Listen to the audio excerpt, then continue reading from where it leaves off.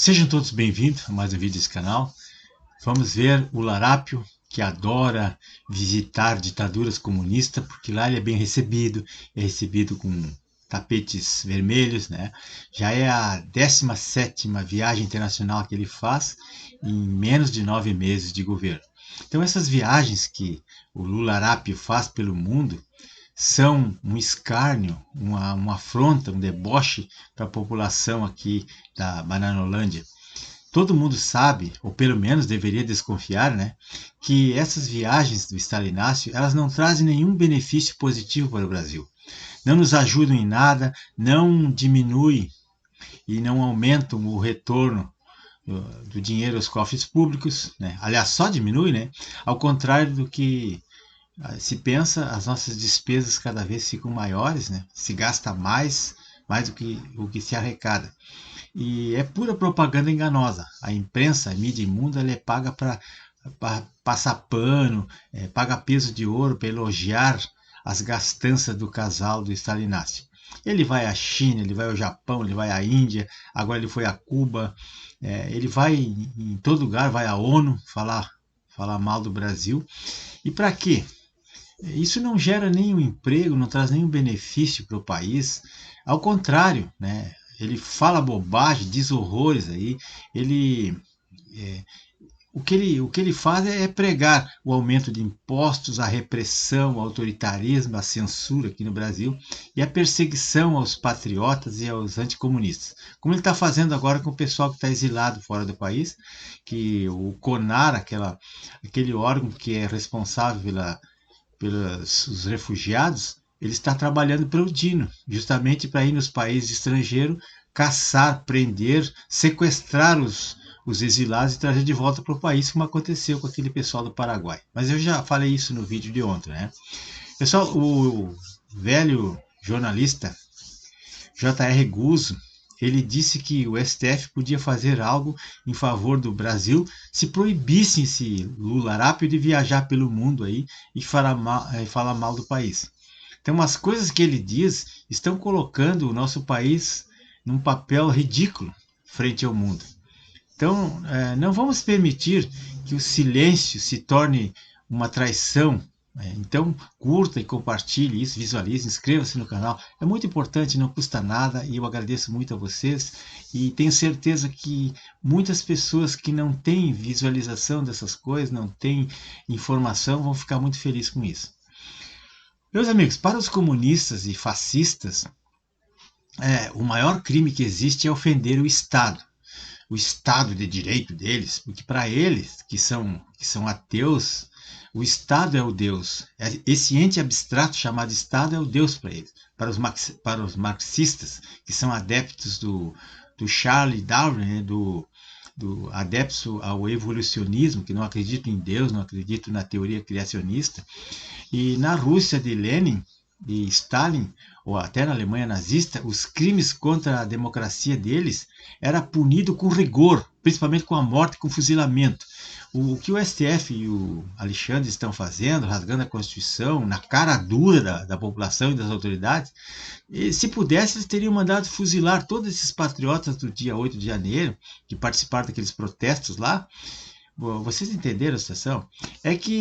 Mas como o regime do Lula, eles estão pensando em criar campos de reeducação, já foi falado isso, aos moldes chineses, que quando uma pessoa comete um crime, eles mandam lá, fica 20 anos no campo para se reeducar.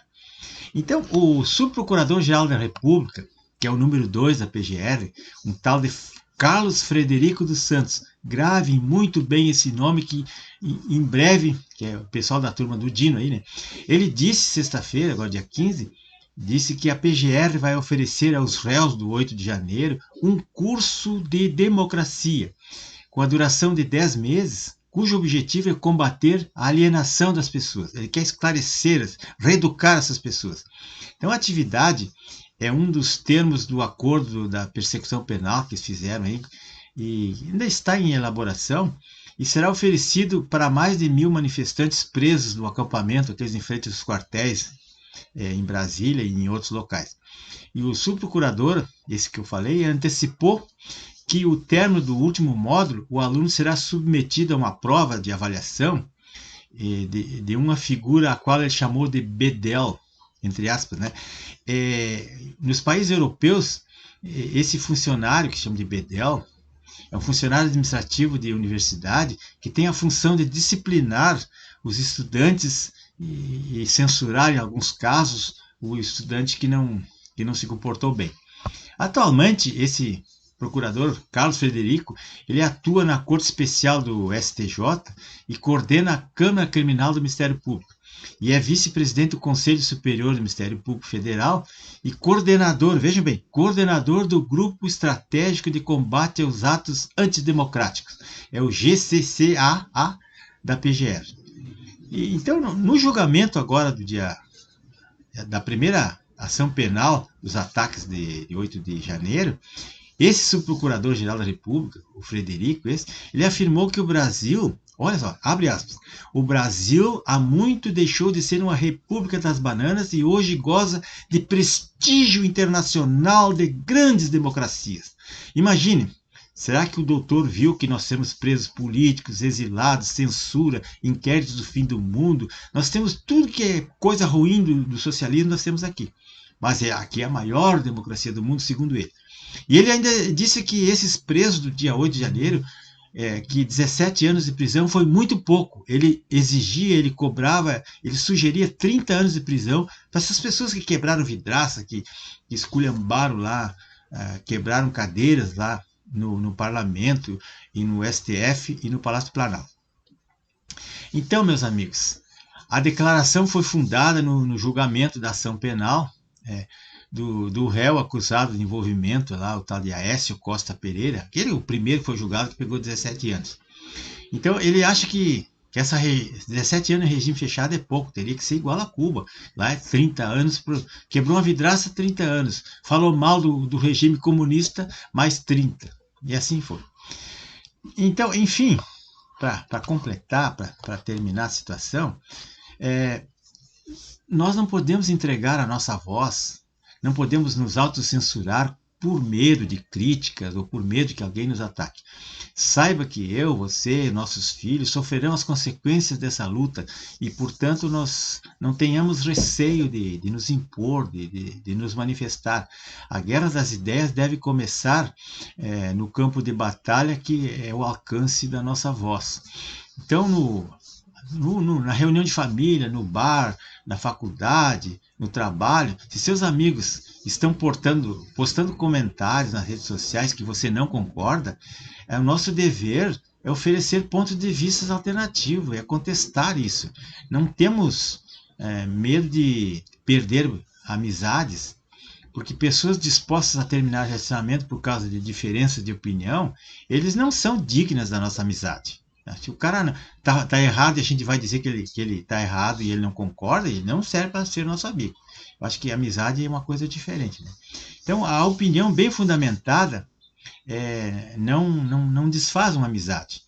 Na guerra para estabelecer os nossos direitos contra uma ditadura mascarada de democracia, a gente não pode ficar calado, a gente não pode cruzar os braços, ou acabaremos nos acovardando.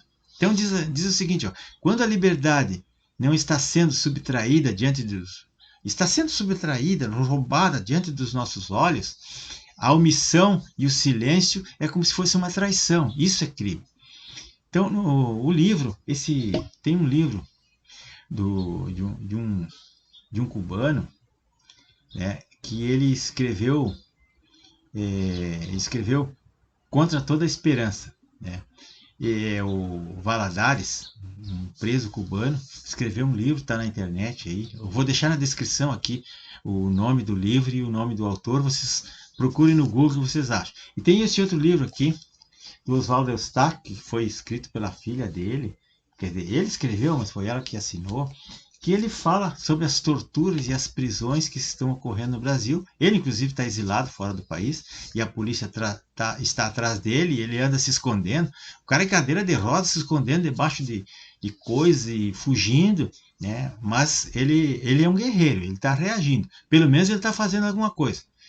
E vou deixar um filme para todos verem aqui também, A Destruição da América, Comunismo e Companhia. Está ali o link, vocês vejam isso. É uma pequena explicação, uma aula do que está ocorrendo na América, tanto a América do Norte como a América do Sul e no Brasil, os comunistas tomando conta e aparelhando tudo. O Brasil está virando uma grande Cuba, só que 20 vezes maior, né? Porque temos muito mais população, muito mais riqueza, muito mais território, mas nós estamos sob o jugo do Alexandre de Moraes, do Dino e do Stalinácio. Meus amigos, peço a todos então que compartilhem isso, é muito importante. Nós temos uma ditadura em curso, um cara viajando pelo mundo todo para pagar os favores que os comunistas fizeram para recolocá-lo no poder, para tirá-lo da cadeia e recolocá-lo no poder. Todo mundo sabe disso, só não sabe quem é doente ou é cego. Meus amigos, muito obrigado e desculpe